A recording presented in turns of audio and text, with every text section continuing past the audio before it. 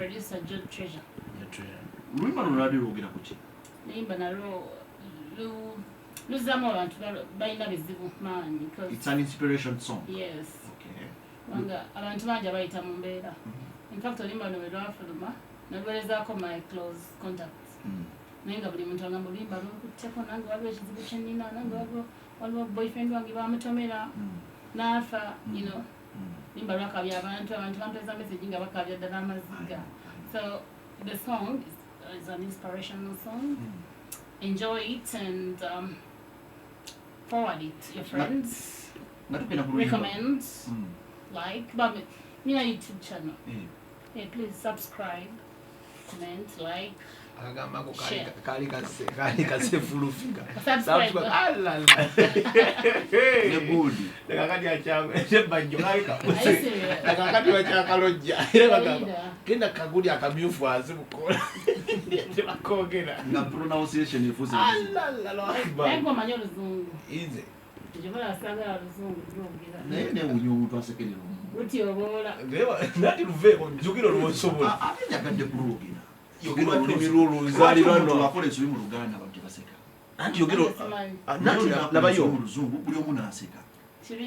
Mulimo omuntu asobola okunyonyola ekintu give notegeera noga nti eno computer ekyuma kikali magezi ng'osobola okwogera obulungi nti n'ekyuma kiba kikali magezi nga bonna bali bamanyi olulimi Oluganda kikuwa matuze ogende mu luzungu era bw'obikola obunzu tujja kusekerera nedda ekyo kintu si kirungi tetuyinza Buganda kusekerera tujja kusekerera waliwo olulimi Oluganda lw'osobola okwogera fena tukitegeera ekyo neki waliwo scenario w'oddukanga ekigambo mbutuufu kikubuze nga option joyina ya luzungu ekyo kitegeereka ne omuntu ng'amanyi nti kino bakiyita TV tutunulire scenario television tosobola yoga ti TV eyo kuba ebiseera ebisinga abantu abasekereddwa si be bayogerako abantu abasekereddwa be bantu abadde alina kyagezaako kubanga nnyonnyola mu luzungu ekitavaayo bulungi ayi ne bamusekera ninga asobola okijjayo mu Luganda lwaki weesiba ku mpozi ng'oŋŋamba audience nga yeetaaga luzungu kyekyo kyembadde nkunyola nti abaliwo ffenna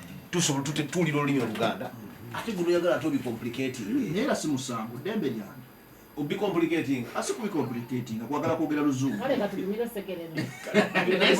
kati gumira osekerera kirungi tugenda ku luyimba olwo every now oluyimba olwo bintu bingi ebize bikutuukako mu kaseera kano waliwo akaseera ke watuukamuko n'ogamba bannange this is too much waliwo budde butuuka n'ogivinga up biseera bingi bibaawo n'ogivinga up naye olwokubanga olina faith ogamba naye wentuka munange omulamu nobira nakoye nendoza fatigue waliwo testimony gyempa abantu nti nonafaako I gave up like even my hands ningamba kitadde mukama waba otyo bw'osazeewo it's okay nali mudwaliro nembeera egaali n'ebisoma byonna biraga nti mashini ngeraga flat n'okulamba nenamba because my son was there nemugamba bino webiti byensigaliza webiti go here and here nenkita omukyalo gwebayita Pauline ali Florida naye ni Manhattan guest house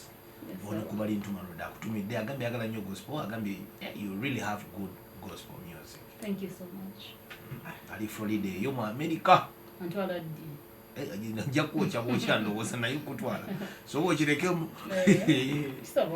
kisoboka naye era nasobola okutwala nagenda nolya ku bulamu munnange bw'oliddeko bw'obala bw'okesezza lw'obala nga nkoko ya mutamiivu kutumiddeko munnange amiina Pauline Florida Eliba baita Nkolechi 2022 released in January. Yes. Okay.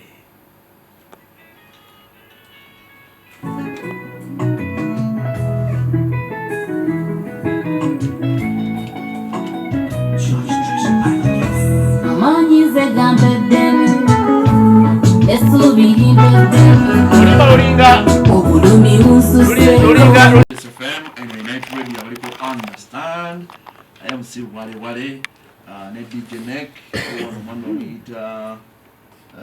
omuyita Maso agambe naye kwali ali ku muganzirwaza akola ku Eclipse Thanks for moving. ne haja kutumiddeko mukama wo wali eri kulumba nzozo bosa owendiga papa muyita papa owendiga no yedira ndigo oyo Papa, how are you? But I'm pleased to come. ayina ekibiina kyali yanteekamu ekyabendiga Mutumide papa ne mama.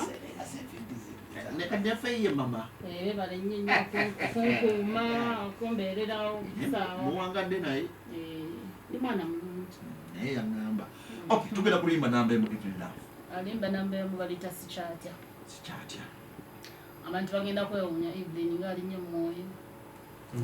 ati music ofaaki olwo ne mwoyo Nfaaki. ofaaki Nalokoka. olinga nze I'm a minister of God. olinga nze Era abantu ba church bampita. Church ez'enjawulo zitera okumpita nengenda ne ministering. muwabulira ebifa mu ggulu Mwagano tu owa minister bw'ensi yammwe. nyindako Akati lima minister mu nsi ya Mukama. nango oba wali okufa mu ggulu Nalokoka. Naye nalokoka Ni yali bifo. muloko. oba walokuse mu kaseera kano Nalokoka bifo. Really? I felt sick, yeah. A year before. mbadde mbuuza kati bwogera wabulira kufa mu ggulu walabako mu ggulu kwagwaga mefuwafaamu Sijja kulima nti nolaba eggulu. No. yali yatuukayoko The thing was, nze kye nawulira kyali bwe kiti. Nawulira nga seewulira. ng'owuli olimbira eyo No, ng'omubiri gwange siguwulira nga bwe nagamba nti no oba osanyaladde. I don't feel anything. Naye nga kyempulira muli nga mpulira nga katigeze you're going on oli mu kizimbe kiwanvu. Oli mu lift. Omanyi feeling eyo gy'olina nga lift esituka. Kati feeling eyo nagifunanga ng'egenda nenvaamu nekomawo. nga tolina bw'olaba bufaanani Olabye nalaba. nkubula ekyo awayogera eddawo bufire buli osituka oli bwebula kati enfiiri sebo tugifunira tugifunira nowulira ddala nga oli bwebula Wammae, I felt that nempulira ng'omubiri guno seewulira wansi but I was understanding each and everything. Ngenda abantu bapafuka naleeta amazzi naleeta omusaayi abantu nga bakuŋŋaanye nga mbiraba nga ntegeera buli kimu naye nga naye fiiru yemu eyo naffe tugenda muggulu kituufu kubanga owulira nga woolaba olaba bulabi nasawulira nenkyuka nengivinga up nange kennyini emikono naye ng'owulira buli kimu nga mpulira era nga ndaba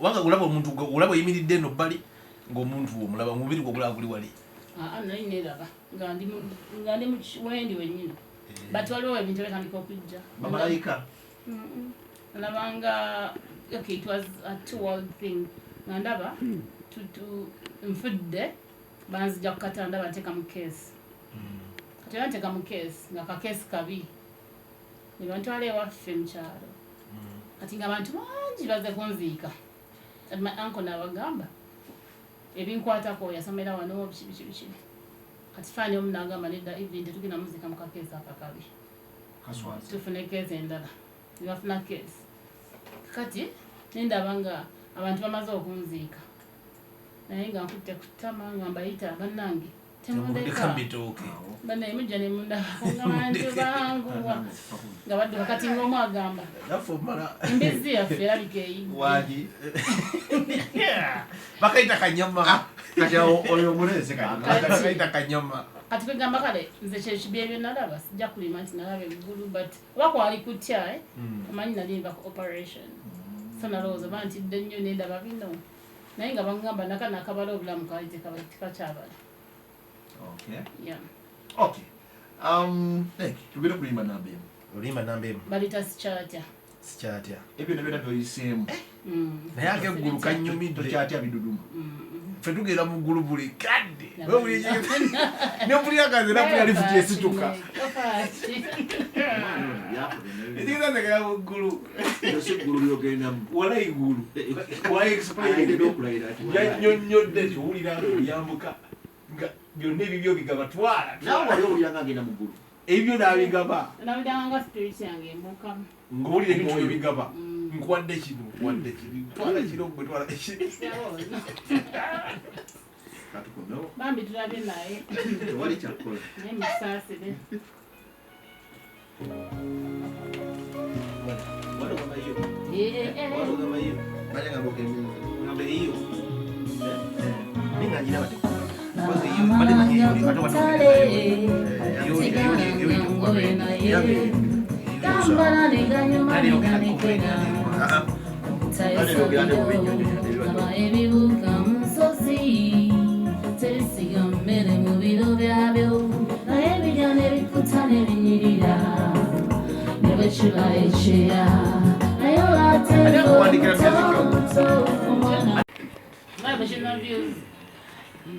Hey, Everlyn, sijatia. Kaji dem nambe kaiba kama kaguno nako. Kaiba last year nako. Kava ko album ya Feri ya gospel. Yeah. They're all singles. Album ya kenyimba meka. They're singles, but I have 4 songs as a gospel so far. Namba de mezili ku album. Just single. Okay, ani amwandike nyimba ezo. Nyimba ezo ziwandikibwa bantu banjawulo.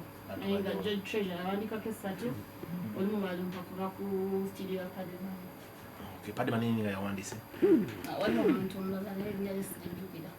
Nayenga Padman ze yalumpitira. Ina biwerabira. Noga biro nabirabira. Ne werabira. Ngamba. Wagenda mu gulu noga biro nabirabira. Sikyabimanyi. Sangendayo sijja kulimba. Kati buno buyimba buno wasakira buno bwe twalina. Bonna buyina. Ngabo okyasobola buyimba. Era mbuyimba. Mbuyimba lwakuba kati nsinga kulira ddembe mu gospel. Waliwo muyimba mu yava mu COVID.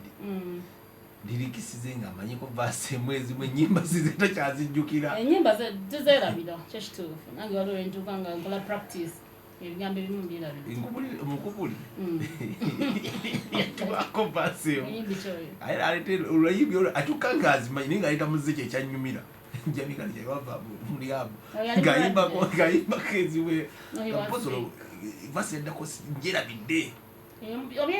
Byerabiza. Kituufu. Nange waliwo entuuka ne bangamba kati tugenda kola oluyimba bwe luti naye ng'ebigambo sikyalijjukira bulungi. Okay. I have to rehearse. Okay. Bonus track. Bonus track yanungamya. Kuva wani. Marian Maua. Muyimbira mupya. Ali best mu UK. Muyimbi si mupya. Balokole bamumanyi. Abalokole bamumanyi.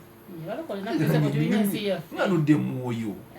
Siya fejeri. Okay, kaso. Ye mwana nga wakabi nnyo. Nnyo.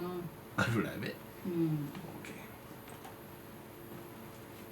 Ulinyomba ntule Bulaya. Ulinyomba Bulaya. Aile ni kuluga boyo. Alright. Yep. Yanungamya. Nkumya wimeme yange. Netaga chi yesunga woli. Tachiri uzijaku yesu. Ochali yoku live band wani. Zembanga yo. I like. Ate nze manager wa band. Wa band yegwe. Nze band. Neze nchikubawo nawo.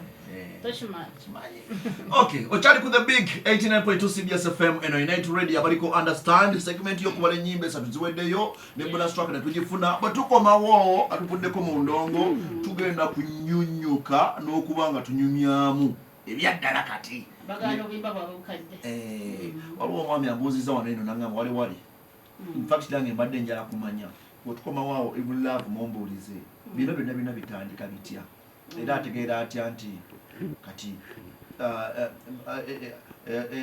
egundi yange ensigo yange erina obuzibu agenda kuba nga atunyonyola nga tukomyewo. Neck! We are getting back into more music. Ochali ku the big 89.2 CBS FM.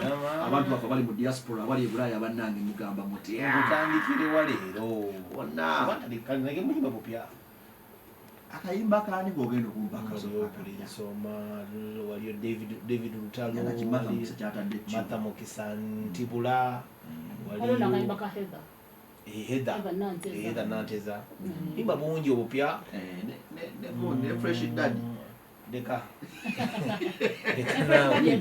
alisola kuba David Rutalo nenkuba fresh daddy amaloboza kolya gakwatagana mata yakulaba ebintu byammwe ebyo kati gwezoteka King Sound n'akanyuga oteka fresh daddy na obatoteka Rutalo ngambe nyimba apya luliwo olupya lwalira yatadde tune yawe yaita tune empya njikuzanyire mukusimu ikuzimu kozimera mbije mateeka naye nga kusimu ya omwana sindoni oba chalimba akayimba ke kakatambula kana akasinidoni YouTube kawezezza akakadde simu kawezezza akakadde tuli wodi gene okay tutandikire hino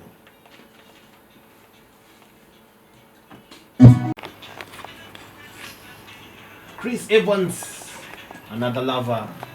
It's also a brand new tune. Kayimba nako kachali kapya. Baduzanye bungi bupya. Wadde makajoze Chameleon. Kumo bwesigwa Chris Evans. Tani mulala baddawo. Bangi tuzanyemu upafambo. Byatadde mubadde mu Prince Omar. Upafambo yo alina akayimba ne Fefe Bus akapya ne video ya film. Akapya. Bayira alina bibiri. Akayimba kaita Nzekabaka ni clear kubeka tyo mubadde mu ali David Lutalo alina akayimba naye tukabadde ka David Lutalo twakakonyeko dda ke twasokeddeko Lutalo yankutudde netudde wa Opa Farm netudde wa Chosen Glad ne Frida Walden balina akayimba nabakapya babungi obujjaji obupya bungi abana batandise okutema music Matha Mukisa alina akayimba tugenda kazanya ndoza Matha Mukisa waliwo aka Matha Mukisa waliwo aka Kalo Nantongo waliwo Raja ne yataddeyo akayimba akapya omulenzi oyo Raja nyinza tujja kudira limu ka Matha Mukisa tusifune ku Kalo Nantongo tufune ku Raja tufune ku ani Pislalisa ne wala wa gundu wa Bitexi ne yaledi yatadde akayimba Yaredi ne Ndricho Namiro nabo balina akayimba akapya mugozi peyo bani abalina kuyimba obupya nalibire Vixen alina akayimba akapya nono mwana ring rapper akale Vixen kibade mani akale Vixen oyo mwana mwakana enjoy your blessing ne ring rapper balina akayimba akapya ate mwine baluwa abana abalala waliwo n'omukyali yayimba imba zibadde nkadde nnyo naye yazikomyo n'ayimba alina akayimba yakuba hit alikuba gyayiitamu yali yayimba dda nga yayimba dda gospel nawumulamu ndowooza n'agenda mu birala naye wadde ne ministry nagyayina yayitadde akayimba akapya Sandra bamuyita Sandra naye ddala sirimanyi bulungi njaka kuzanyiramu akayimba ke Okay. Tuli ku Mando, so the big 89.2 CBS FM night radio aliko understand jampola chamani y'abantu bobere enjawulo n'abatunyinze Mando so abantu bafa bemasaka tubagala nnyo abantu bemubende tubagala nnyo abantu bekyotera abantu bebukomansimbi zijjawo ku Saturday 14 oyina ekivulu 14 lwakujja kuba 14 lugenda kubeera lwakutaano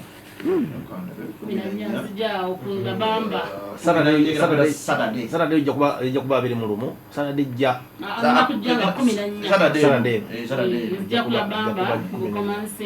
oyinayo ekyo bakutimbye naye okibalansinga otya obulamu bwo n'endongo eno yomumatumbi budde naye basina kyakukola manyi n'okunoonya sobola kwetuulako ebamu n'amaanyi ngenda nenoonya abasawo bo bakkiriziganya nakyo tebayinza kukkiriziganya nange buli kimu naye tasobola kutuulaawo kituufu naye nati n'obulamu bwo kikulu bivi naye kikulu naye nanakuyamba abako ne bakusanga naye weeyamba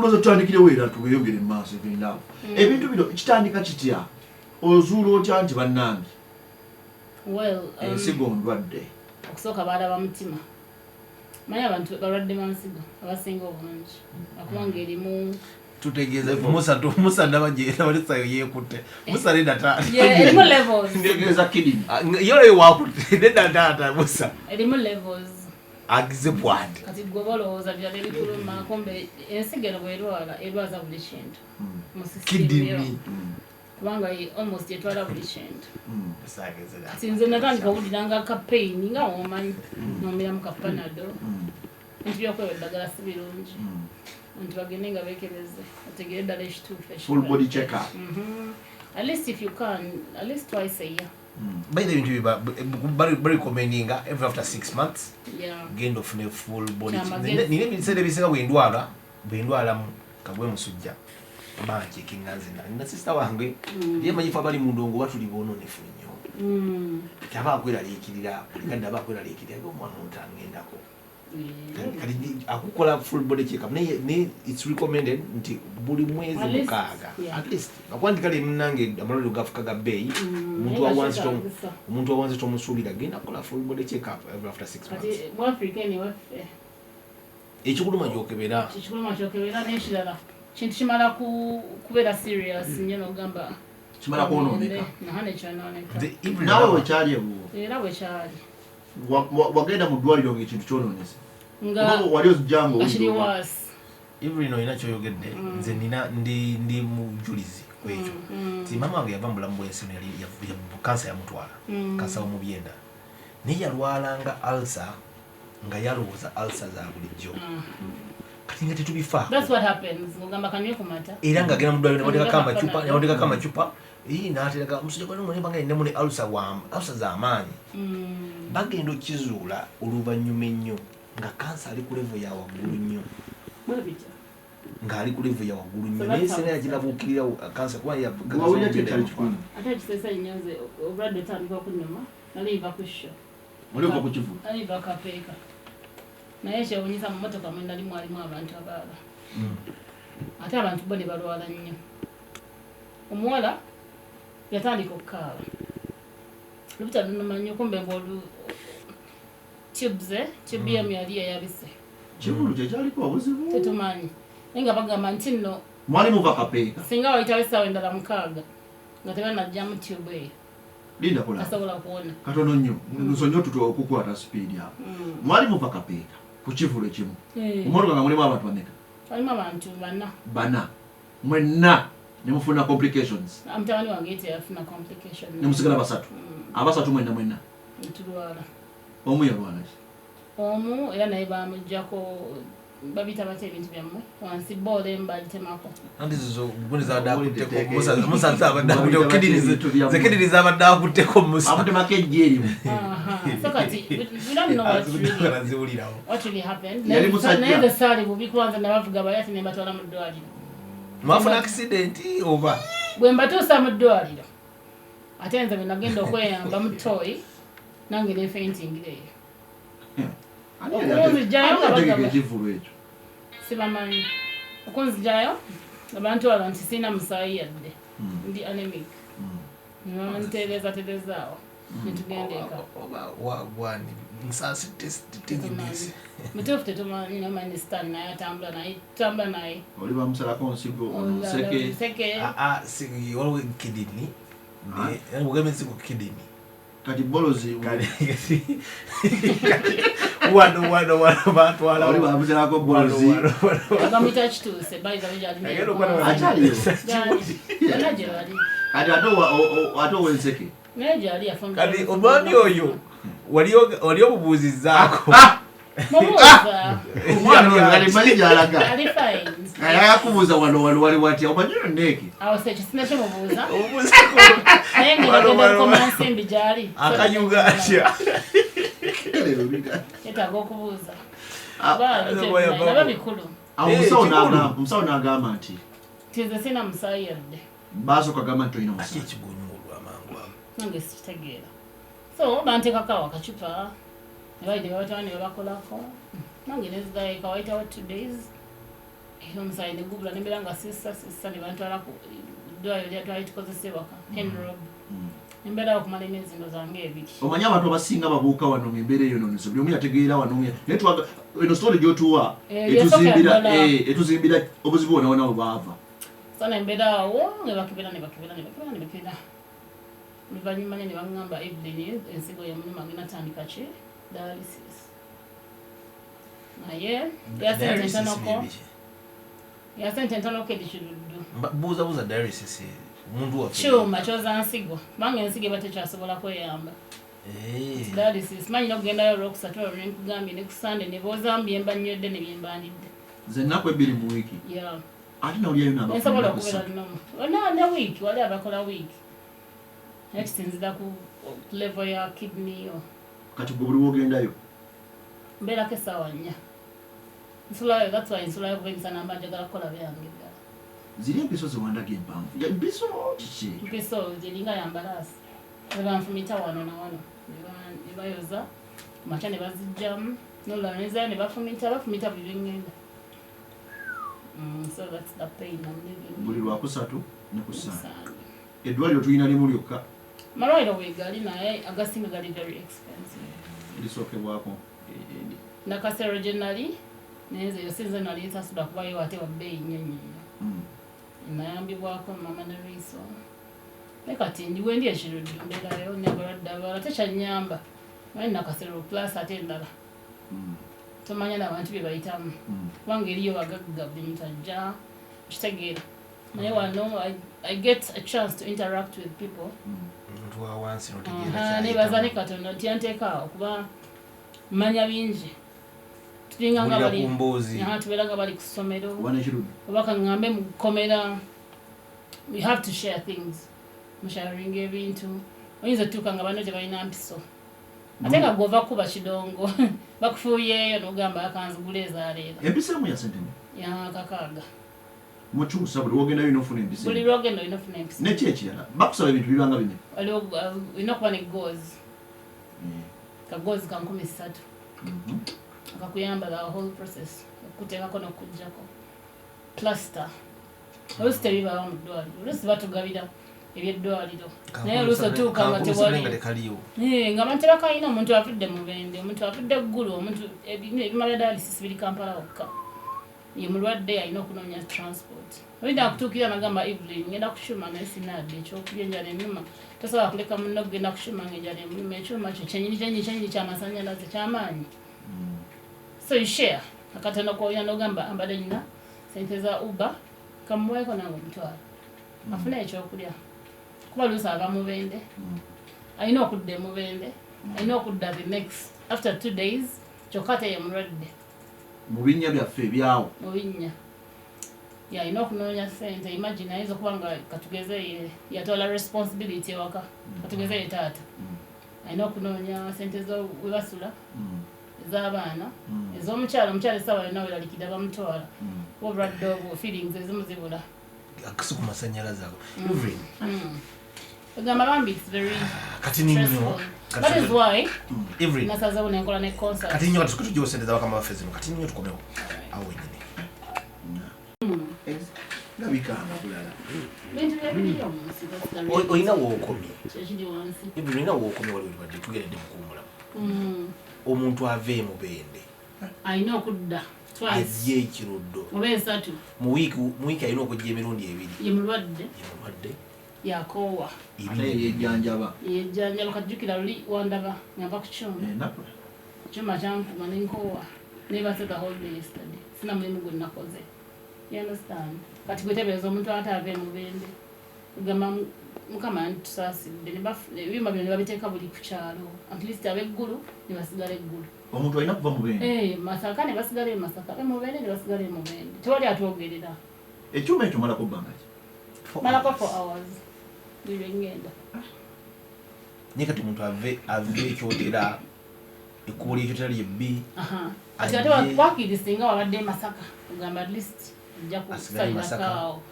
owekyotera asigala ekyotera ow'embalala asigala embalala ow'eggulu asigala eggulu ow'ejjinja asigala ejjinja Bambi omuntu atuuka tebeeza taddemu sente zonna nagamba ate kati sirina goozi eyanusu oba sirina plus 13 kati nze mbeera wali kati nze bwe nalwala of course nze ndi public eye figure kati buli muntu ate na Bambi nawuliramu oba okutoolokoka ngamba batufunya n'atwogerera okitegeera kuba tetulina atwogerera so buli muntu olaba nga addukira gy'oli ate nawe nga tolina bwomuyamba nawe weetaaga obuyambi but ogezaako okukola ki okusharinga that is why nagambye kankole concert nange kyensobolesaawe nga tugenda ku concert love olunaku oluba olwa dialysis mulina ogenda n'okola dialysis okozesa sente me nkozesa sente emitwalo ekitone 3 asatu ku ddwaliro lyendimu naye gali amanda gali genalimu kakadde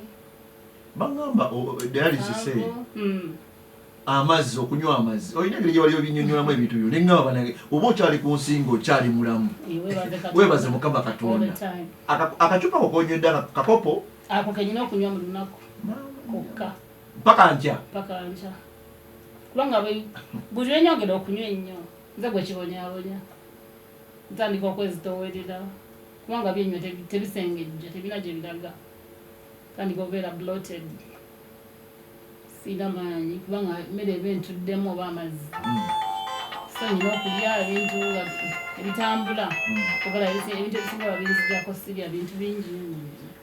Abantu basonda ssente era abantu bakuwagira oba bakusondera ku ssente bantu bambeereddewo ssente zasooka ezo bakola ki oba zakola ki?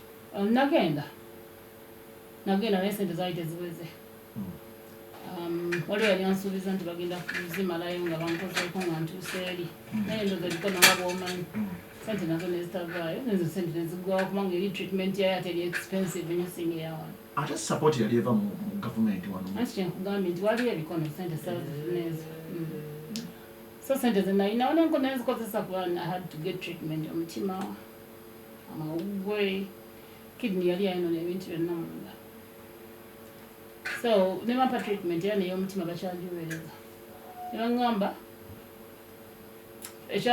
kale ekyaliwo bagamba tebasobola kukola surgery eyo ku bulamu bwange nga bala bulamu bwange tebusobola nga bakikola sobola nakuweza mwezi nga wendi bagamba naye boddayo n'osigala ng'oli ku dialysis osobola obeerawo n'emyaka 3 kubanga omuntu akyasinza okuwangala ku dialysis kati alize emyaka 46 ali UK amazeeko emyaka 46 ate wano e Uganda ono sina kumanya kuba ndagezako kunoonya ku Google naye saamulaba naye nga waliwo gwe mmanyi amazeeko 11 years Eric waone gwe twafiiruddwa juzi Uganda wafefe embadde nkola naye obadde omulaba fefe ajja badde nga ajja kusane nabeera naffe natukumakaawo natuwakukamba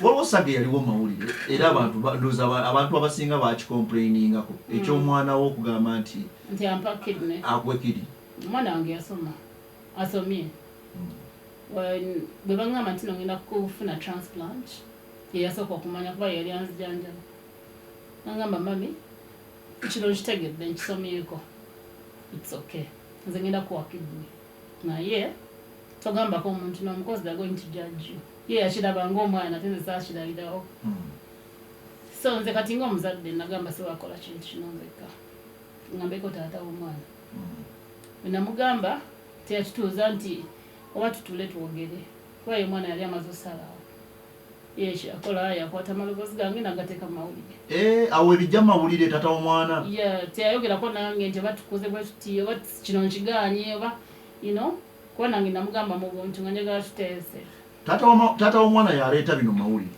kuba byali nnyo mawulire ng'abantu bagamba lwaki toleka mwana ye naagezaako kuba nga atwala obulamu bwe mu maaso omwana samuyinaako buzibu naye twali tumaze okinoonyerezaako nga tekirina buzibu abantu bangi webali bagabidde baganda baabwe bagabidde abantu baabwe kubanga era omwana tewali asinga mwagalizanga nze oyinza okugamba nti wali asinga omwagalizanga gwe maama era nze mukuziza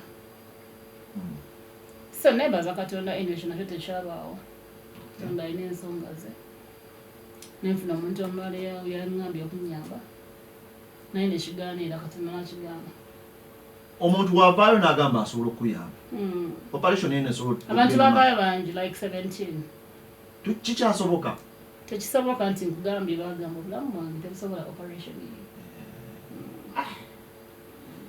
kati nina kubeerawo ku dialysis ekyo kati kyanyingira mu bwongo I have to stay on dialysis that is my life nina kunyiikirira dialysis olina nekyewaŋŋamba off radio oba off camera noŋŋamba omanya n'olunaku ddi lwogenda osobola okumanya naye saagala nnyo okudda mu byakwekubagiza that's not me era ndoza wandabanga nebendabenanga bubi nnyo I keep my smile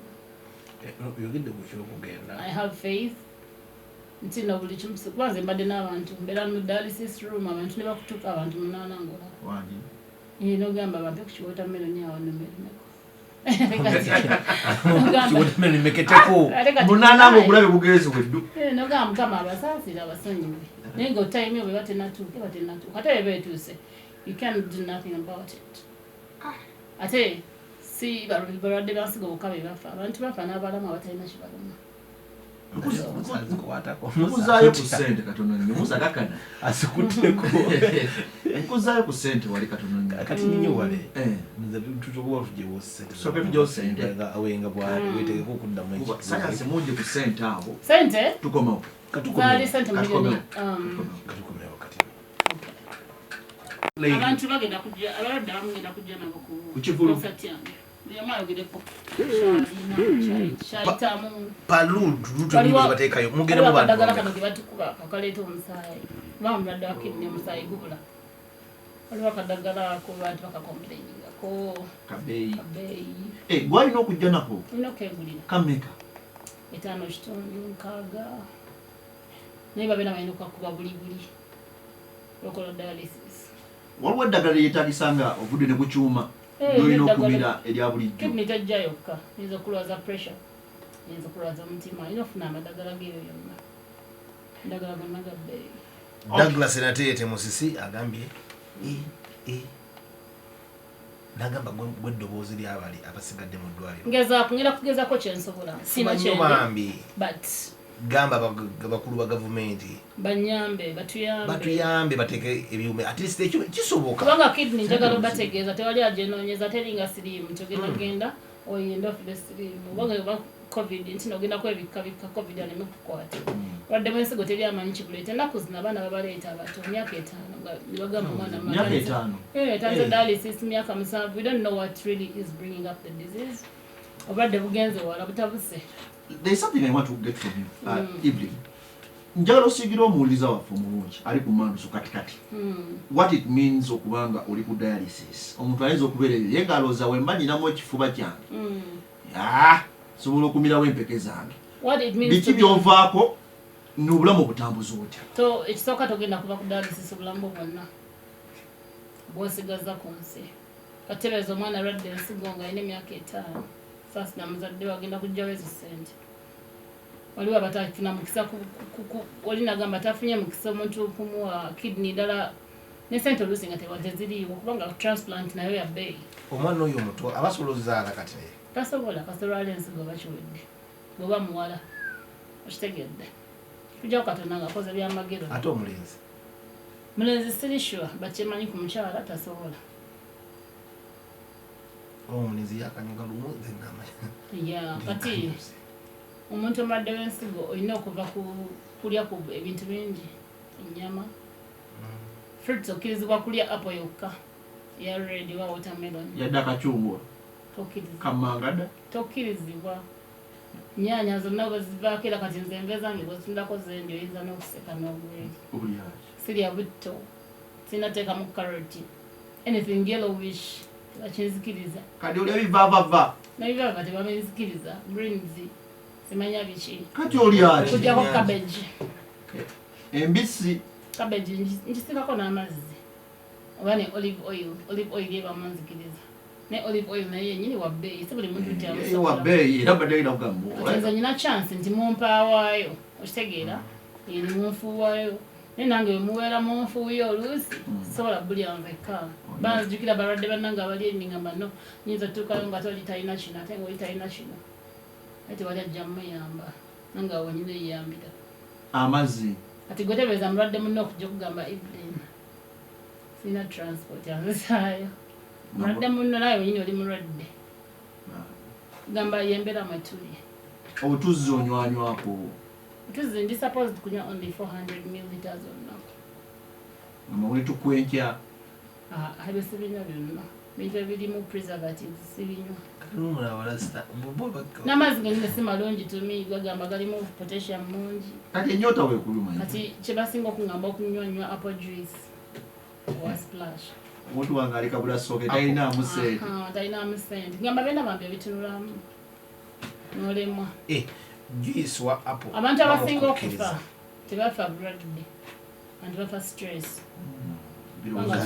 ng'ebyetaago talina ngeri gyagenda bimaintainingamu nze nebaza katonda abantu babala weeks 2 omuntu babeera nga bakowadda but nze abantu mumbeereddewo paka kati kyokyamaani ebyetaago nga bingi ebyetaago biba bingi kuba oli muntu mukulu olina responsibility ng'omuntu olina okubeerawo olina okugula eddagala olina okugenda mu ddwaliro n'abantu abalala bakusumulidde.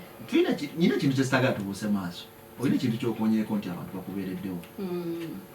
Omanyi oyinza okuba mu limelight muno oba celebrity nabwe olowooza oli muntu w'abantu.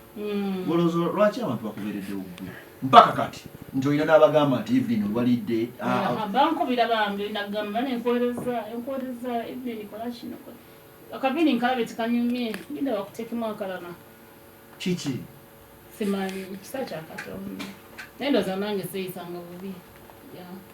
Manyi mu nsi muno nze kye nasooka okumanya nti no njagala nnyo okumpisanga abalala bwe njagala bambi. Like how I want to be treated is how I treat others.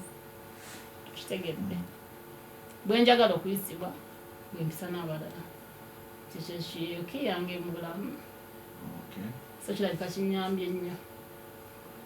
Otuukirira omukulembeze w'eggwanga oba minisita ali in charge of health. Bigambo ki by'oyinza omugamba? Nawandise balese bakiddemu wali maaso. Nga tukomyewo? Kati komye wali Evelyn kiddemu. Kyali mulamu. Ekitundu ku mubiri kukifuula bulungi nnyo. N'amazina ogenda mu kirabu n'onoonyenyanyenyamu.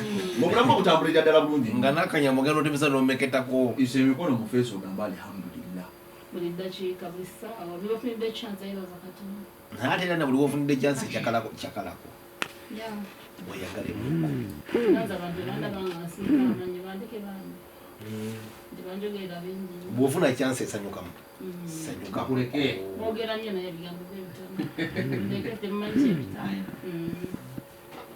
Oyinza bagamba ki abo abatukulembera? Abatukulembera nabadde nawandisa ebbaluwa mbategeeza ku mukolo gwange gwa concert. Kye mbasaba kyokka njagala ba extending dialysis units buli district. Ebyuma ebyo. Kubanga ekyuma nze waliwo yali ampa ekyuma ekyo mukwano gwange ali UK. Naye ekyuma kyetaaga water plant ogiteeka ewakaawo wetaaga ekitono nnyo miliyoni 600. Okitegeera. Naye bino okwagalwa oliba ayagala kuwa kyuma kiramu. Era akyempa. He's a friend of mine. Yamita Fred ali UK. So ekyuma kiri very expensive. Kati government esobola otuyamba. That's a lot of money. Kubanga ekyuma kimu kisobola okukola ku bantu nga 6 olunaku. Ngamba a week. Kitegeeza nti okibeerako 4 hours ogendamu omuntu omu. Omu 4 hours bezigwanga n'omulala ddako 4 hours nga n'omulala ddako 4 hours. Gwetebeza Uganda yonna. Kati gwetebeza Uganda yonna ejja Kampala. Ebima biri Mulago, Kiruddu, n'ebiri private. Case Clinic, Nakasero, IHK, Zambia. Kati gwetebeza Uganda yonna erina kujja mu bulwaliro bw'omukaaga. Whereby amalwaliro abiri gokabiri gali buli muntu agenda magenda etwala every after 4 hours. Every 4 hours etwala omuntu omu. Ibu byakukeera ngaffe otugenda nga ogenza okukima passport yo ne batusimbira time. Oba na appointment. It depends on what you want. Kati nze njagala kukola kiro kubanga emisana amba n'ebyokukola. Waliwo abakola emisana kisinziira naye nga you have to also be on time. Omuntu teguba mungi nnyo. That's why nze nkola nakiro kuba ekiro tebaba nnyiira abantu bangi. Kiro tubeerayo abantu nga 35. Naye emisana wabeerawo akavuyo. Omwezi ogujja waliyo ki? Omwezi ogujja nga 2 nategese concert. Bagiyita an evening with Evelyn. Abantu badde sikolangako concert bayimbirako ate nga nnyimbi banga ddene sina nnyimba nnyingi nnyo bayiba naye simanyi lwaki ndi nnyo mu bantu naye nga mwendi naye olunaku olugenda kujja kirabika ngenda kujja ne bakwano bange bonna nga bwabala bakukawash basazewo bajja kustandinga with me ne leero bagenda kujja babeerewo bonna bani ba King Sahara, Livingstone, bonna abantu bangi. Irene Namatovu bagenda kujja bambeeremu tuyimba kasente akagenda okuvaamu nga wembanyonyodde. Nze manyi neetaaga okwesitula.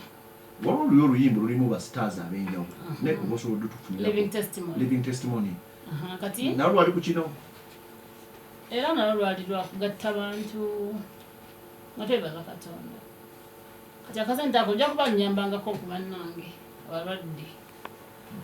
Kuba sina kyamaanyi kyali kyenyiza bakolera. Siri wa buyinza nti nja kulagira kino but kyensobola okukwatako manyi kyonna kyosobola okukwatako kiba kya nsonga kiba kiyambako okuba nakati already tweyamba muli mu dialysis room emitwalo nkaaga gigenda buli wiiki gigenda that is excluding ebyo ng'omuntu okulya kwambala kutambula ebyo nga obijjeeko that's about treatment so nkyetaagira ddala okuyambibwako naye nga abanjagala bonna nsaba bajje babeerewo abaami n'abakyala waliwo abatasobola ngaolyagamba nze ndi wala waliwo abali ebweru era bwe bali abampeereza namba Everlyn atanavuga kuyambeko kuba nakati ndi mu kutegeka era ebyetaagisa yanyumya okufa nungi baaba nenebaza nnyo mwami Nobert Events naye yampadde kasente ntegeke njagala ntegeke ekintu nga kirungi abantu gye bali banyambayambako ono nawali naye nga era bingi ebikyetaagisa waliwo omwami bamuyita Pade Mukiibi ali German agambye story ya Every Love engutteko enamba yo gyagigaba ngenda gigaba kubanga era nkola deliveries za tickets wali abantu abali ebweru ng'olyagala kumpeerezaayo Everlyn kano kakuyambeko bambi si kyetunuulidde nze nganze netunuulidde n'abalwadde abalala tokyali kati ne bw'obabuuza kuba ngenda kujja nabo abamu nabansobodde but kati kino kyava ku nze kiri ku ffenna kubanga we don't know tetumanyi kiddako tomanyi ani addako kulwala nsigo tetumanyi kigireeta kati bambi Musa teyeraliikirira tejja kukuluma naye ennamba ngenda gigaba tickets already ezafulumye eza Everlyn tebacupule bakimanyi ndi mulwadde munanga bannayuganda akabenje kagwa wali olinajja anti okuba kwekuba kisiraani omuntu oba wekuba kisiraani mu ngeri gy'otamanyi ate katonda ye alaba katonda ye alaba oli abalinzi okucupula tiketi za katonda ye aba akulaba nze mba sijja kufaako katonda aba asalawo nti nja kufuna era mba nja kufuna naye nakyo kifaako nkifaako naye siinera kyamaanyi kyakikolera naye nga tickets already weziri ku papa's sport tiketi esookebwako ya mitwalo 2 eddako ya mitwalo 5 eddako ya mitwalo 10 emmeeza yakakadde abantu batansadde okubuukinga tickets zaabwe bagenda ne bazigula abamu ne bampagira abamu bankubira abansabira abantu bansabidde waliwo abansiibira enamba ezigenda okudeliveringa in case oyagala katiketi kaleetawo oli waliwo eya Everlyn eri 0776 424237 eyo 0776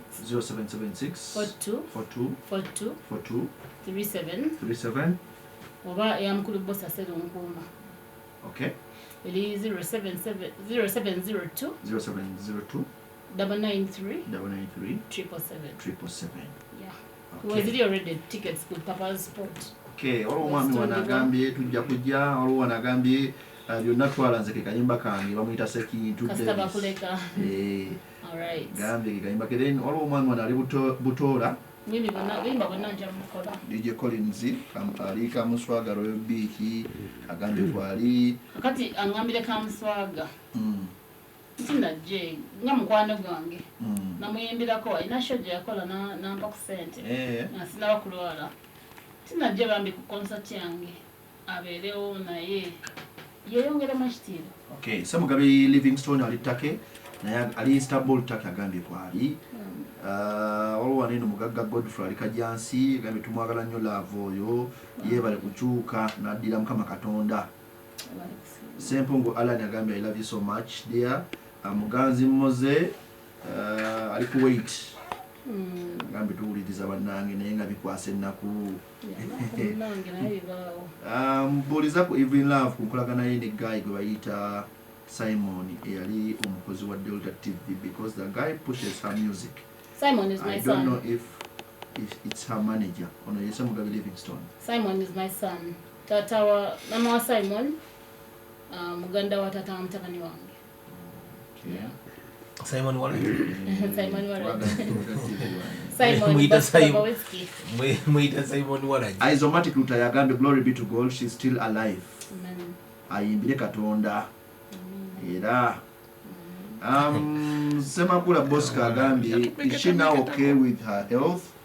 Because I last heard her when she was badly off. I'm not very okay, but I'm trying. Make it go bolamu butini boli now. I'm trying anyway. The better vange. Tamala abantu. Nalisikabira abantu, nalisikaba but always yitirira. Chayitirira nezijokabira abantu but mumbere no nze ngenda nenkola. Nkola ate nga siri bulungi. Siri bulungi ero kimanyi. Sometimes ontuka konga sisana bulungi. But simanyi ebintu byakwekubagiriza wenfuna mu kumanyi I go and work. Manyi nti natwala ajja kunkolerera paka. Okay. Nenga banyambyeko, I'm very grateful mukama abadizeewo. Okay. Nga tukusiibula Everlyn. Bugambo ki bwoyinza olekera abawuliza b'emmanduso abalungi? Mbeyanza nnyo okumpagira, okunjagala, okunsabira, okunzijanjaba, bebali nnyo okwagala Zubairi family. Nera nnyongera bakoola nti nonga 2 ogw'omukaaga. Tugenda kubeera ku Muganzirwaza rooftop byadda ssaawa 10 emirengo gijja kuba miggule. Emitwalo 2, 5, 10. You can even call now, you can call anytime, you can deliver. Tickets are already out with Liko Papa's spot. Zitundibwa ne ku Muganzirwaza zigenda beerawo olunaku lw'enkya. Okay. Tujja kujja tukuwagira. Chabasa. Yes, tujja kujja tukuwagire. Abasajja wangaale. Mutama bankumi. Okay.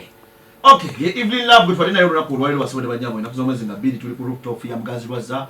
Amujje muwagire emboozi yo gy'owulidde ayogedde ku bintu bingi nnyo ayagala kubeererawo abalwadde abalina obuzibu n'ensigo kidney failure ebyuma gavumenti ebyuma bannange sogezeeko okusupplyinga ebyuma mu bitundu ebyenjawulo omuntu atindiga eggendo ly'e Masaka eggendo ly'e Mubende ng'ajja mu Kampala wano ekiruddu ng'azze kumujjanjaba imagine enguudo zennyininyini zitusa ku ddwaliro eyo nazo teziri mu mbeera nnungi so byonna byagezaako okuba ng'ayogera gezaako okuba nga bikyuka tusaba. For now, I'm connecting back to DJ Nek. Tukomawo lero twasazeewo kwogera ku bulamu era tulina omusawo agenda twegattako awo tunyumyanyumyamu tukwatayo ku masimu tukuba endongo ate wetukubulya biki ebigenda maaso mu bayimbi bo. Musajja amukubira ogumanga. Abalo nayagala kasita bakuleka. Agala ogumanga omulala kasita bakuleka. Ogumanga n'enjalayo. Wenda agala muyimbiremu akapera. Kamuwoki mukanyuga. Kateka mutuyimbe. Kanyuga. Bino byonna genda bisanga ku YouTube channel yaffe CBS FM UG official genda ku YouTube channel otekemu CBS FM UG official ja kubangula ba interview yaffe lunaku olwaleero. Ono kujja bazaaka kola. Abonero mpolo. Kabaweereza mu Sikeko. Keko. Okadala bakumana enjala ya mwe olunta olunta. Tukola ki? Oluganda lungi bannaye. Nansonyiwa nti nasoma bitulika mu Luganda. Mweguti njagala nkugambeko omutima negumumiriza ntamanyi ekituufu gy'onookoma kyewala ojja kufiira mu kasirise kancatule n'olwaleero nekinsumbuwa kigwewo manya olusobereyo gyokolera yobanga talidde nacanca namtyolaba ulike bayisaawo noyike endusu olwende nnyo nteruma nga tekimanyi oli muntu naawe ssebo nga temanyi mu kibuga ye wasibuka buli kimu ekiwumanyabo ogumangala enjala yonokomawo n'oli ewaka ogumangala enjala yonokomawo n'oli eno ogumangala enjala yonokomawo n'oli ewaka ogumangala enjala yonokomawo n'oli eno naawe wegambye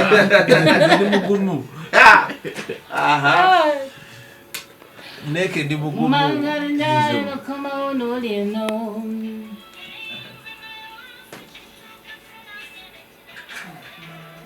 Libanga ntambuddeko akamulungi nga sina kinnuma entukeyo gye mbandaze ensanga abatunda eddagala abatunda erigaba omubiri abatunda eribuza omubiri N'amaanyi gaawano. zonaye nkimanyi memanyira olumaga gwenkabira komawo bukomi kati notata nawe wulira totengulwanga nokoma onole waka obumanga nenjala yo nokoma onole no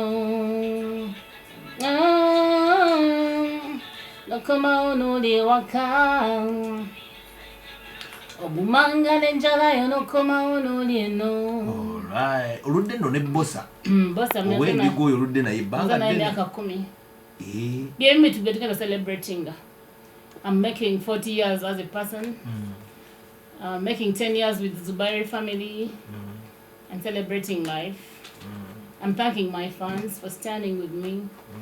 It's going to be a mega festival. Okay.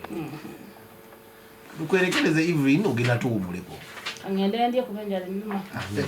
88.8 CBS FM.